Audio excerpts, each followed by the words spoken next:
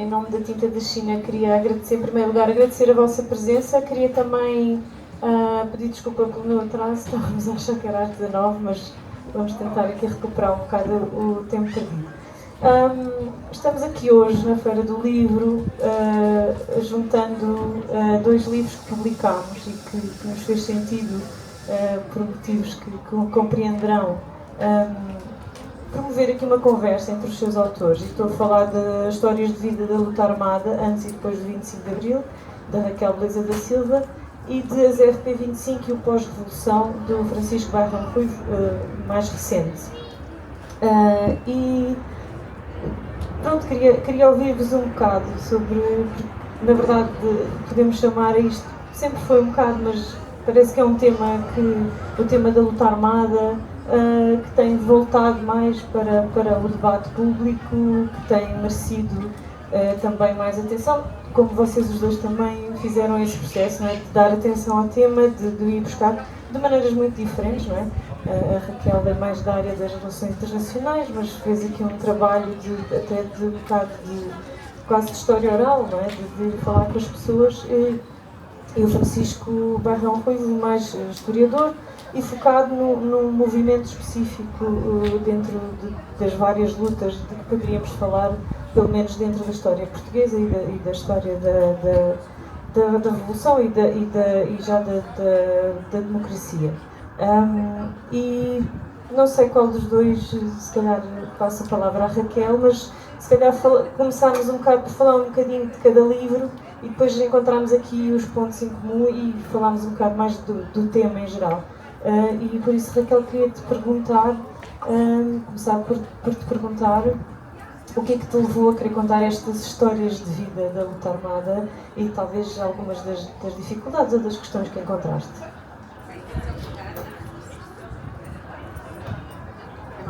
Já está. Ok. Em primeiro lugar, muito obrigada pelo convite e também obrigada a todas e a todos que vieram aqui ter esta conversa connosco e, claro, ao Francisco também, que é um grande prazer voltarmos a encontrar. Então, este livro é um livro que, na verdade, já foi pensado há muito tempo e que foi trabalhado durante muito tempo, porque eu sou investigadora e, na verdade, a investigação começa em 2010 e estamos nós em 2026 agora, não é? Foi na altura da minha tese de mestrado em Psicologia da Justiça na Universidade do Minho, em que, um bocadinho à procura do tema, fui muito influenciada por uma professora que deu uma aula sobre psicossociologia do crime e começamos a falar de violência política, de terrorismo, e ela diz que é uma pena que em Portugal não se fale sobre este trabalho, não é? Não sobre este tema, não é? Sobre as questões de terrorismo, violência política. E é isto realmente que em mim acende um bocadinho, não é? Esta ideia de trabalhar este tema. Obviamente, quando eu fui falar com ela disse: então, mas conheces alguém? E eu: não. E ela: pronto, se calhar isso é um problema, não é? E ela disse: olha, vai ver e depois só me venhas chatear. Hoje sou eu professora, não é? Então consigo compreender, só me venhas chatear quando vieres com coisas, não é? E pronto, mas é este o começar do processo para mim. Quando eu falo com pessoas, elas querem sempre saber porquê que eu estudo este tema e acham sempre que eu tenho um motivo pessoal, ou seja, sou filha de alguém, sou neta de alguém, e sou, não é? Sou filha e neta de alguém, mas não relacionado, não é? Estas questões estiveram sempre muito na minha própria história de vida, mas de outras formas. Então é um trabalho de raiz de ir encontrar pessoas. E acho que, como o Francisco estávamos aqui há pouco a falar, depois também de me ir apercebendo da necessidade de falar destes temas. Porque o que tínhamos era pouquíssimo e não tínhamos estas histórias também, não é? Porque também histórias de vida. Então, eu estudei Psicologia, é uma grande confusão, não é? O meu percurso, porque estudei Psicologia, depois fui estudar outras coisas, acabei nas Relações Internacionais, mas estudo narrativas, não é? E as narrativas são histórias. E acho que através das histórias conseguimos olhar para a história, não é? Que o Francisco depois pega e faz muito bem no seu livro. Eu acho que acabam por ser livros que se complementam muito bem neste sentido, em que temos um historiador que está a fazer e muito bem a parte da história, e depois temos as histórias de vida das pessoas, não é? Que são para mim estas janelas para a história, não é? E para compreender a história. E pronto, acho que fico por aqui porque eu também falo muito. Vou passar agora para o Francisco e vamos conversando. Então, obrigado. Boa tarde por terem vindo. Agradecer à Raquel e à Catarina, é um prazer estar aqui. O meu livro é uma história um bocadinho diferente, mas eu tive uma vantagem em relação à Raquel, que é, eu, quando estava a escrever o meu livro, saiu o livro dela, Histórias de Vida da Luta Armada. E o livro da Raquel foi, eu disse há bocado, portanto, não é para estar aqui a dar música, mas o livro da Raquel foi realmente importante porque eu, quando comecei a debruçar sobre este tema, senti uma certa aridez no estado de investigação e na bibliografia sobre o tema. Havia um livro sobre as EP25 feito por elementos da Judiciária, havia 2 livros feitos por elementos da organização que tinham cindido em conflito, portanto havia uma visão muito própria, havia alguns livros de jornalistas, havia livros também com um ângulo muito diabolizador e patologizador, ou seja, correspondiam a uma agenda, diziam-nos mais sobre o tempo presente e a guerrilha política do presente do que propriamente a guerrilha urbana do passado. E o livro da Raquel foi muito importante, embora o livro não se cinja às EP25, vai à extrema-direita, vai a outras organizações antes do 25 de Abril, mas foi muito importante na definição, digamos, do objeto, sobretudo do conceito de terrorismo, que era uma área que eu nunca tinha debruçado a fundo, e acho que quando li tanto o livro como outros textos da Raquel, que é a problemática, digamos assim, de um conceito tão vasto, nós usamos para definir coisas tão diferentes como o 11 de setembro e as Torres Gêmeas, como coisas que aconteceram no século XIX, geografias completamente diferentes, contextos políticos e históricos completamente diferentes, e depois toda a carga que o termo terrorismo tem. Portanto, foi muito importante para definir ali algumas questões. O meu livro não surge num contexto académico, eu sou historiador, mas a minha área era mais o processo revolucionário, o Estado Novo, a resistência à ditadura, e surgiu de um filme, ou seja, como alguns de vocês saberão, vai estar hoje no Nimas a última sessão do filme, aproveito para fazer publicidade às 9 horas no Nimas, eu vou lá estar também para falar no fim, mas surgiu de um filme do Ivo Ferreira sobre as FP25, ele, aí em 2017 ou 2018, perguntou-me se eu queria fazer investigação, que ele disse, quer fazer um filme sobre as FP25, ao qual eu respondi, és maluco, mas ele felizmente resolveu fazer um filme. Eu fiz investigação para o filme ao longo de vários anos, li o processo, falei com algumas pessoas e de repente tinha uma quantidade significativa de informação e perante essa aridez um bocadinho da bibliografia e do estado da arte, pensei que bem, o filme vai ser uma ficção, portanto é um filme do Ivo, é a visão do Ivo sobre uma ficção total sobre aquele tempo. Pensei que pode ser importante ter um objeto duplo, ou seja, o filme ficcional e um livro de história para quem quiser saber, não necessariamente o que aconteceu, mas como é que eu interpretei um bocadinho aquele tempo. E o livro, incidindo sobre as FP25, eu preocupei-me sobretudo, porque foi por aí que eu acabei por ir, perceber aquele tempo. A pergunta, digamos, chave é, e depois da Revolução, o que é que aconteceu? Porque nós ouvimos dizer que houve uma coisa que é o 25 de Abril, houve um processo revolucionário cada vez mais diabolizado e descrito de forma que corresponde pouco à realidade. Depois ouvimos dizer que houve uma coisa que é o 25 de Novembro e de repente vivemos felizes para sempre e entramos para a Europa e isto entrou tudo bem. Na verdade, nem a Revolução foi tão caótica como muitas vezes se pinta, nem o pós-25 de Novembro foi tão cor-de-rosa como tantas vezes se pinta, a chamada normalização. E para concluir, para não estar aqui para demasiado tempo, uma das conclusões que eu cheguei é que há mais violência política, com derramamento de sangue, chamado terrorismo, luta armada, pós 25 de Novembro, do que durante o processo revolucionário. A dita revolução, o dito prego, o dito verão quente, não é? Tudo associado a ideias de caos, de instabilidade, de confusão, e a dita normalização nesse aspecto foi menos normal e mais violenta e sangrenta. Portanto, factualmente há mais mortes resultantes de violência política pós 25 de Novembro do que entre 74 entre abril de 64 e 25 de novembro de 75. E relacionado com isto que o Francisco está a dizer, acho que uma coisa importante dos nossos dois livros, e eu estava a ler hoje no comboio esta parte do livro do Francisco, que é exatamente, obviamente, o livro do Francisco no título tem FP25 e aborda as FP25, não é? Tal como o meu livro, mas também aborda toda a violência política e armada e violência da extrema-direita, não é? Neste período também, ou seja, porque também o que eu sinto é que também, e em escolas e em conversas, não é? E até debates televisivos recentes, é sempre as FP25, não é? E há este silêncio, não é? E o ignorar de toda a violência da extrema-direita, que se até formos ver quantitativamente, não é? Em termos do que quisermos quantificar, quer seja bombas, quer seja destruição de património, até mesmo ataques a pessoas, não é? Não fica nada atrás, não é? Ou seja,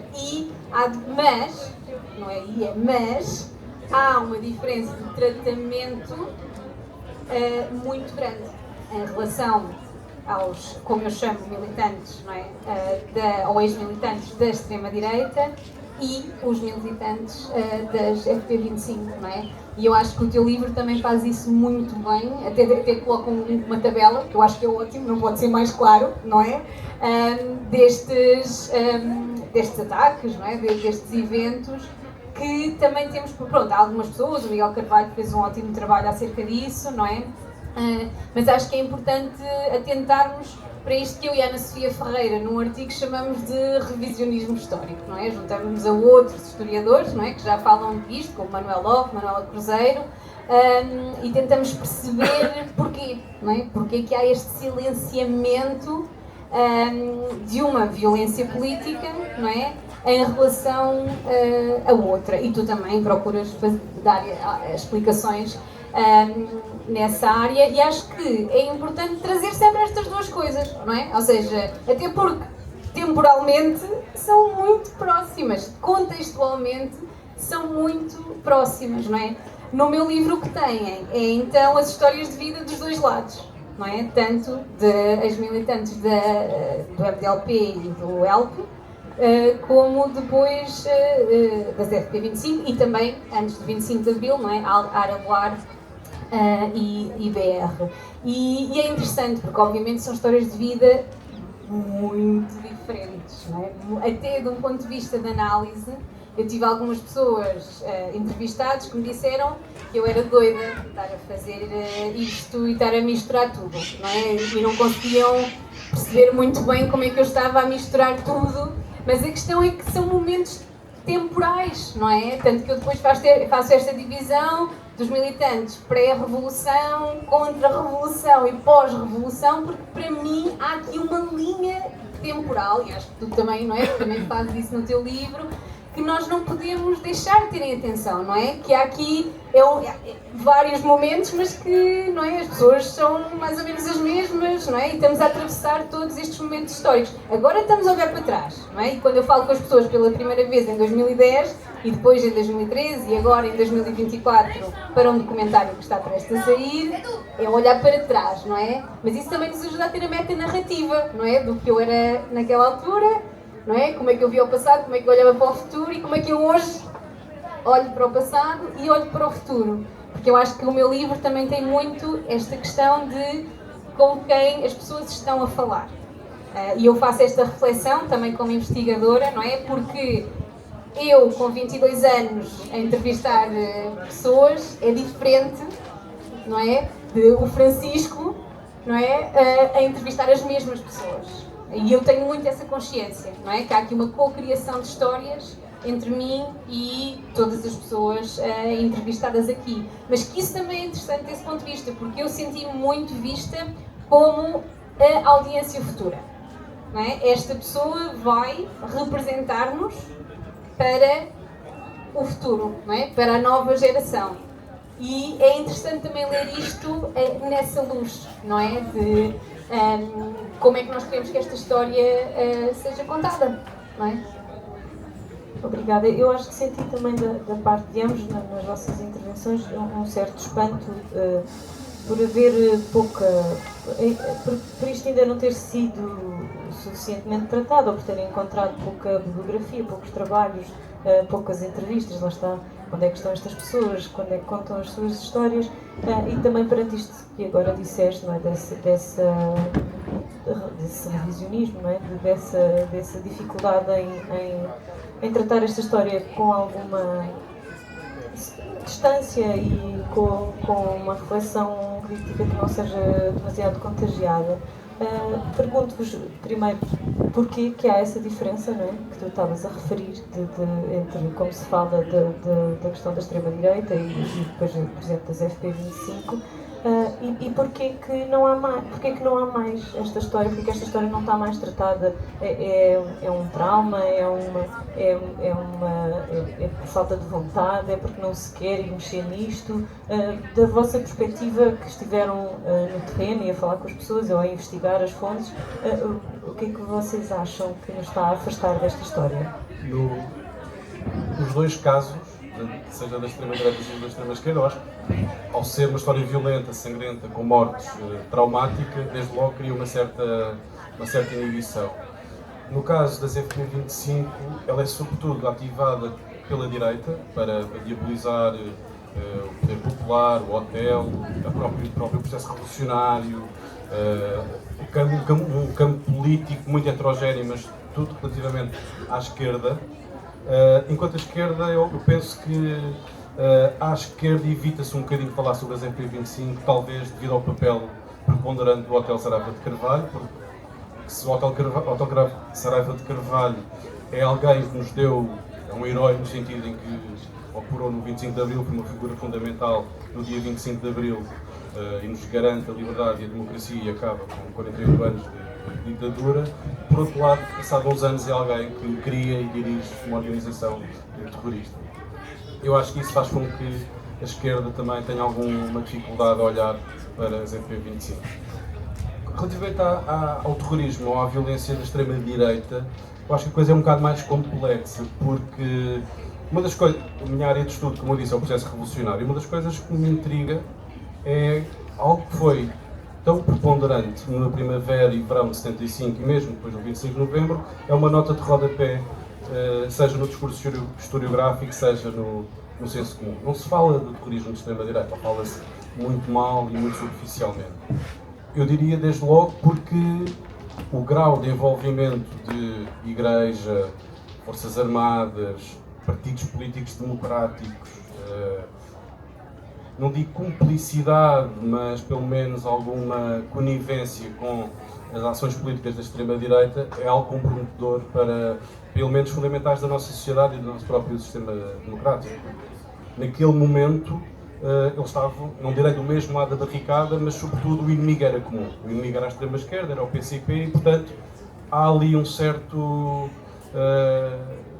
conivência, tanto que uma das narrativas muito recorrentes é que as EP25, os seus operacionais e dirigentes, o próprio hotel nunca pagaram pelos seus crimes, não é verdade? Estas pessoas foram condenadas em vários julgamentos, passaram muitos anos na prisão, as pessoas tiveram 7, 8, 9 anos na prisão, enquanto de facto à direita não houve foram julgados em tribunal militar, tal como os agentes da PIDE, portanto o facto de serem julgados em tribunal militar é muito significativo, e foram presos meia dúzia de operacionais e nunca aconteceu nada. Por exemplo, o general Spínola não só nunca respondeu judicialmente sobre o seu papel no MDLP, como foi sucessivamente condecorado, comissariou os 10 anos, a Comissão de Celebração dos 10 anos do 25 de Abril, etc, etc, etc. Portanto, há, digamos, houve mais tolerância, ou uma grande tolerância com a violência política e com o terrorismo da extrema-direita do que relativamente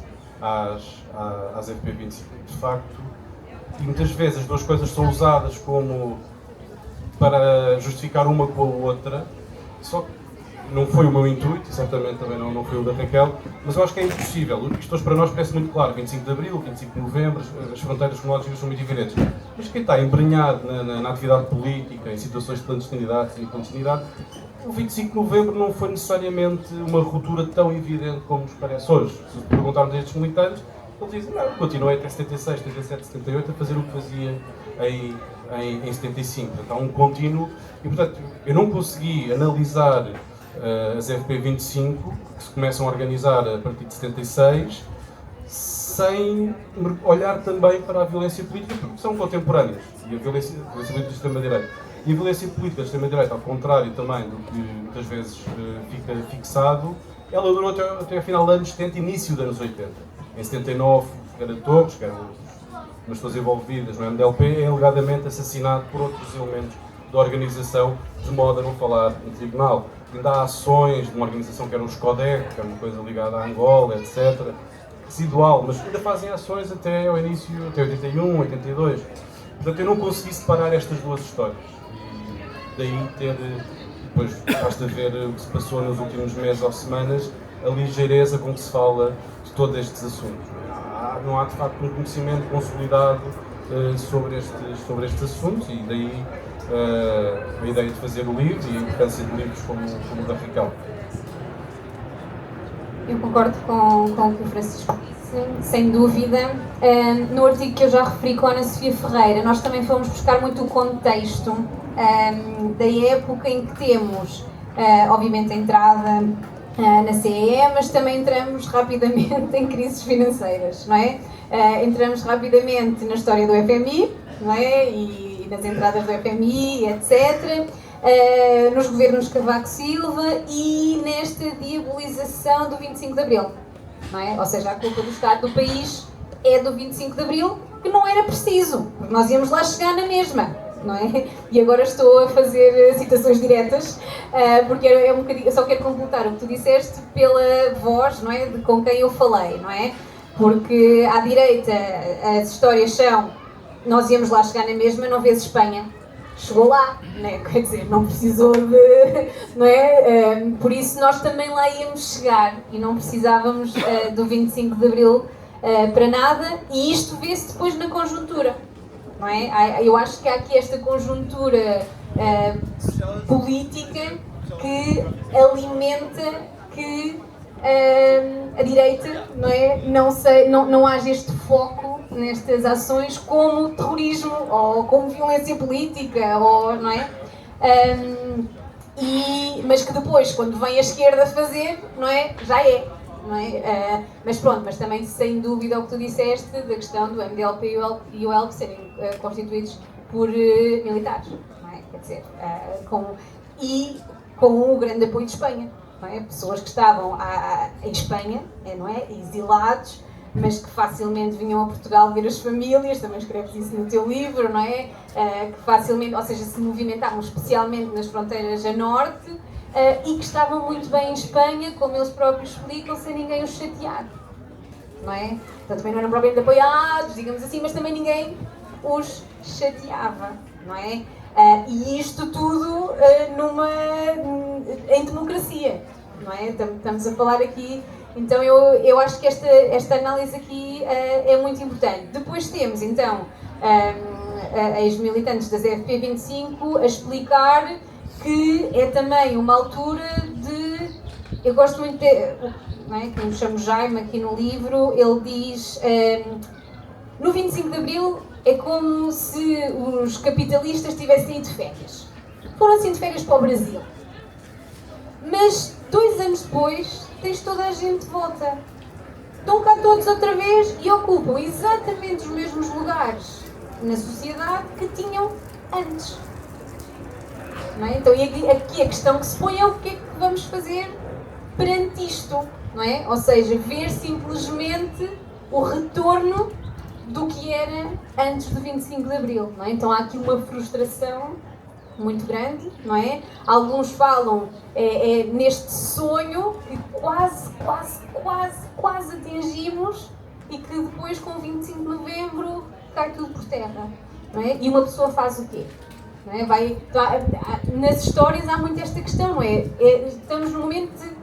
E agora? Não é? Fazemos o quê? Vamos simplesmente para casa? Arrumamos tudo e acabou, não é? E depois, o que o filme também retrata muito bem, aquela que começa logo, não é? Com aquele suicídio. Pronto, quem não viu o filme, desculpem spoilers, porque eu sou péssima, vou tentar, é logo no início, então pronto, não é? Mas que retrata muito bem, e coisas que as pessoas falam aqui também disto, não é? O que é que se estava a passar nas fábricas, não é? Entre os operários, autogestões, fechar a fábrica, fugir para o Brasil e deixar os salários todos em atraso, pessoas que não tinham o que comer ou como dar de comer às suas famílias, não é? E a turbulência social que isto está a causar, não é? E as pessoas que estão a ver isto, e mais uma vez o sonho estava ali, não é? E não o atingimos e agora temos isto, não é? O que é que vamos fazer, não é? E há aqui uma história também muito interessante, é em relação à morte do Castelo Branco, não é? Que era o diretor dos serviços prisionais, mas que é no contexto de, era uma pessoa que maltratava os presos, não é? Que as pessoas estavam doentes, a precisar de tratamento médico e que ele não deixava serem tratadas, não é? E a questão que me coloca é: tu queres que eu faça o quê? Lhe mando um postal de Natal? Não é? Então acho que há aqui sempre não é? Esta questão da frustração e de como é que vamos resistir à injustiça, não é? Que era sentida. E agora, só para terminar aqui esta parte, não é? Eu acho que, pelo menos no meu livro e no meu trabalho em geral, o que também é importante para mim é trazer esta reflexão de como resistir, não é? Ou como é que se pode resistir. E acho que também falarmos hoje em dia destas questões, no mundo em que vivemos, também deve ser com este intuito de refletirmos, não é? Talvez não concordarmos, não é? Mas pelo menos discutirmos e pensarmos e investigarmos sobre como resistir a sociedades injustas, não é? A conjunturas injustas e que hoje em dia também, não é? Vão ainda mais além do que algumas das questões que temos aqui. Eu queria aproveitar também a tua intervenção porque queria falar com vocês sobre isto, do contexto. Eu acho que o contexto é aqui uma questão-chave, tanto nos dois livros e talvez neste debate de forma mais ampla. Só avisar que pronto, temos cerca de 10 minutos. Eu gostaria, depois de nós falarmos aqui um bocado, se quiserem também fazer perguntas, gostaria que pudessem fazer. Portanto, nós vamos, se calhar, falar aqui mais um bocado para vocês se animarem, para pensarem em perguntas e depois voltar ao público para que possamos falar todos.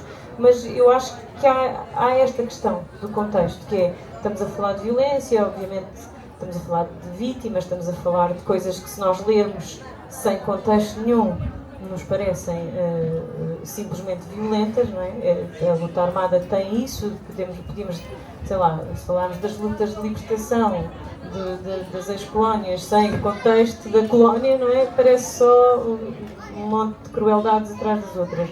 Eu queria que vocês e também há isto sobre o 25 de Abril e sobre o PREC e sobre a Revolução.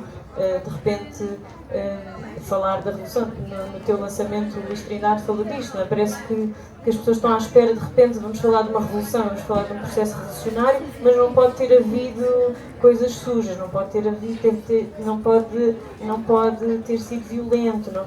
Como se fosse possível, às vezes, estarmos a falar dessa tal revolução romântica em que foi tudo muito bem educado. Olha, com licença, deixe-me lá passar e mudar aqui o país, se faz favor. Pronto, eu, pensando nisto, gostava, e acho que para os dois isso foi importante, que refletissem sobre esta questão de termos também um contexto, não é? Isto aconteceu tudo dentro de um certo contexto.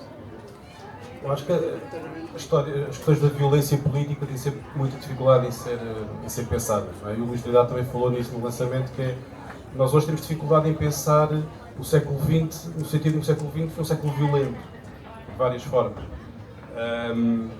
E se nós pensarmos na questão da violência política e da luta armada em Portugal, na quinta-feira fez 100 anos do 28 de maio, e nós temos logo, a seguir à instauração da ditadura militar, ao contrário também de muitas narrativas, que eles vieram por aí abaixo de Braga, instalaram a ditadura militar, estabilizaram o país, veio o Salazar, pôs ordem nas finanças e mais uma vez vivemos felizes para sempre. Não, a resistência foi enorme. Houve a luta armada, há quem fale de uma guerra civil larvar e intermitente entre 26 e 31. Portanto, E ao longo da ditadura há sempre focos de luta armada. A partir de 58 intensifica uma nova vaga de luta armada, de violência política, e depois durante o processo revolucionário. E de facto o processo revolucionário português, digamos, tem violência, não é muito sangrento, não é muito violento, sobretudo comparado com outros processos históricos. Podemos compararmos com a transição espanhola, tantas vezes apresentada como exemplar, tem muito mais violência política, parte a parte, é um processo muito mais sangrento do que a nossa Revolução. Ou coisas que aconteceram em vários países, ou em Itália, por exemplo, no final dos anos 60, os protestos de juventude, dos operários italianos, etc. São processos violentos, sangrentos, com morte, de extrema-direita, de extrema-esquerda, etc. E o contexto aqui é importante nós pensarmos também, tem muito a ver com a maneira como nós nos habituámos a pensar a Revolução. E a dificuldade que nós ainda temos hoje em pensar o processo revolucionário, associando sempre ao processo revolucionário em causa, a violência, a brutalidade, uma ditadura comunista, que não é, quer dizer, dificilmente nós encontramos na factualidade, na historicidade, tudo isto que se fala, por contraponto a uma normalização que o 25 de Novembro traz, que também dificilmente é sustentável olhando para a realidade. A situação económica, 76, 77, até o início dos anos 80, é brutalmente depressiva, os despedimentos são enormes, a inflação é enorme, a questão dos suicídios era algo que muitos operacionais, muitas pessoas da CP25 referiam. Há de facto uma crise social e económica profundíssima naqueles anos, só começa a melhorar na segunda metade dos anos 80. No entanto, quando pensamos nos anos 80, é sempre o José Cid e tal, as doces, lentejolos, a atenção, temos uma visão muito mitificada dos anos 80, quando os anos 80 são depressivos, são social, politicamente, economicamente, são anos muito pesados e muito depressivos. E isto não serve, e o meu exercício no livro foi um bocado andar em gelo fino, que é, por um lado, obviamente que eu condeno foi o terrorismo das FP25, agora, não quis entrar numa narrativa de patologização, dizer estes malucos, estes monstros, estes assassinos acordaram de manhã e tentaram matar pessoas. Não, há um processo político, há uma historicidade das coisas, há uma racionalidade, por mais que nós não concordemos, que levou um conjunto de pessoas a fazer o que fizeram, e depois as FP25 surgem em abril de 80, mas estão em gestação enquanto projeto global, que é, digamos, a macroestrutura onde está, enquanto braço de violência política, as FP25, estão em gestação enquanto resposta ao 25 de novembro, ali na ressaca da campanha do hotel no verão de 76, por militantes de base que estão muito ativos durante o processo revolucionário. Portanto, há aqui um contínuo, há aqui um contexto que leva com um grupo de pessoas que se vai radicalizando progressivamente até criar as EP25. E o quadro político, económico, social é muito depressivo, economicamente, e depois há a questão da violência política que está à direita e à esquerda também bastante presente. Uma das coisas que eu concluí, ou que eu tentei sublinhar, é esse contexto muito mais tenso, muito mais problemático, muito mais contraditório, que é a dita normalização democrática. Na verdade, é muito menos normal, acho eu, do que nós desejaríamos, se calhar, porque é a narrativa que o regime democrático criou para justificar também o caminho que se seguiu ao processo revolucionário. Eu aqui acrescento, mais uma vez, um ponto de vista desta questão das histórias e das narrativas, a história que nós portugueses contamos acerca de nós próprios desde sempre. E que é até uma narrativa bastante salazarista, no sentido de nós sermos um povo pacífico, rural, da ruralidade, que é uma coisa calma, pacífica, uma coisa idílica até, não é? E não nos conseguimos libertar disto. E prova disso e este é outro artigo que eu tenho sobre o Museu do Aljube, e isto não é uma crítica, eu gosto muito do Museu do Aljube, sempre que eu digo isto eu sinto-me um bocadinho também, pronto. Mas que o Museu do Aljube, para mim, e por isso é que depois escrevi sobre isso, inicialmente, a minha primeira visita foi o que é que está aqui a acontecer. Eu termino a visita e a minha conclusão é: toda a gente resistiu neste país. Não é? O Museu do Aljube, quem não foi, acho que deve ir, é uma ótima visita e é sobre a resistência à ditadura. Ok? E a impressão que eu tenho quando termino a visita é: toda a gente resistiu. Toda a gente. Menos quem fez luta armada. Porque essas pessoas não estão representadas no Museu de Anjou. Como esse é o meu trabalho de vida, não é? Depois de fazer a visita, eu questiono-me o que é que aconteceu aqui. E o que acontece aqui é exatamente a nossa incapacidade de nos libertarmos desta história de nós somos um povo pacífico, com uma resistência sempre pacífica, com uma revolução de cravos, de flores, não é? E que vem até ao presente, em que nós não somos racistas, nós não temos problemas, não é? A nossa polícia que tortura pessoas nas suas esquadras, as nossas prisões em que pessoas simplesmente morrem, jovens e saudáveis, não é?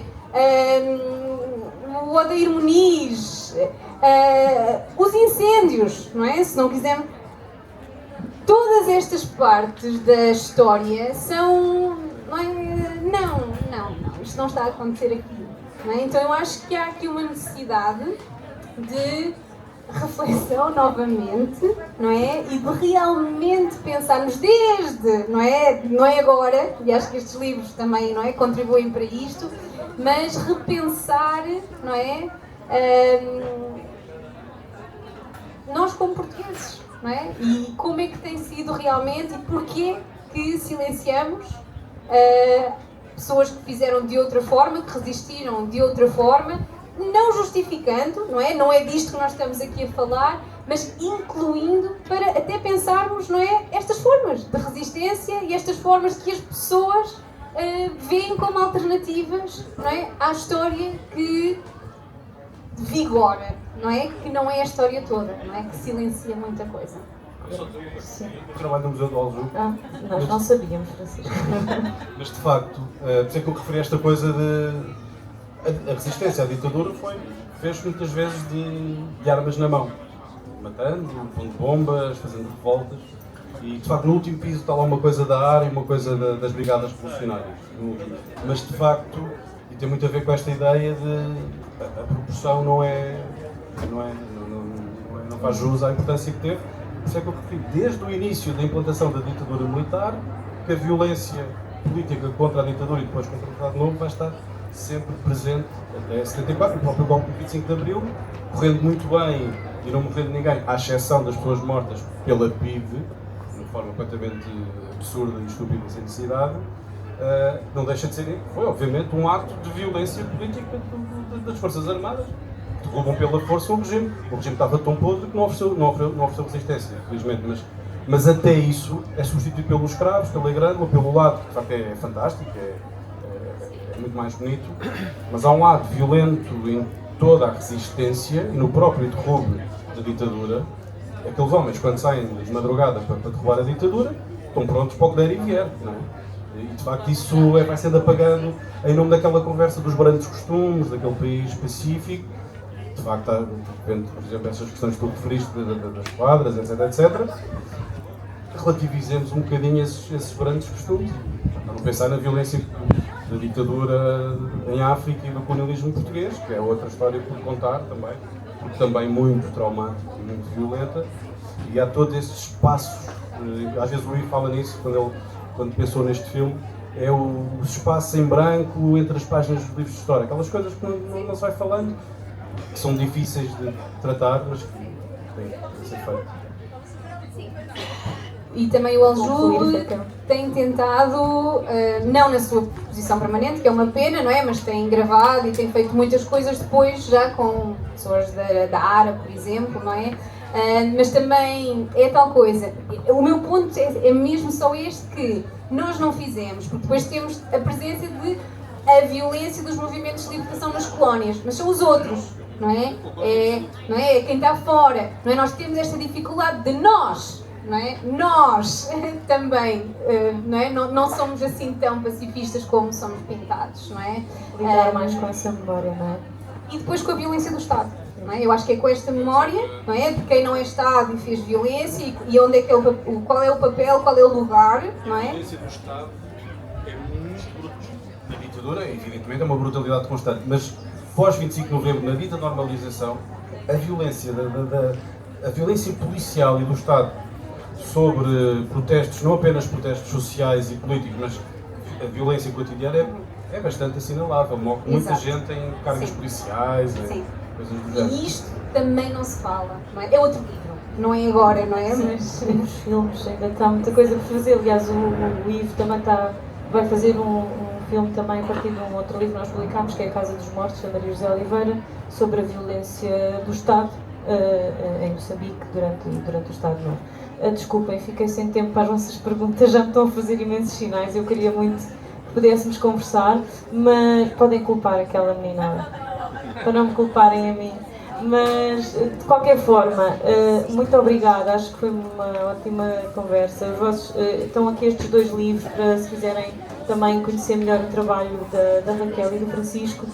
Estão todos convidados agora, eles vão assinar livros aqui ao pé do pavilhão da Tinta da China, que é mesmo aqui ao lado. Podem, se calhar, se ficaram com perguntas entaladas na garganta, aproveitar para falar diretamente com os autores. Obrigada e obrigada.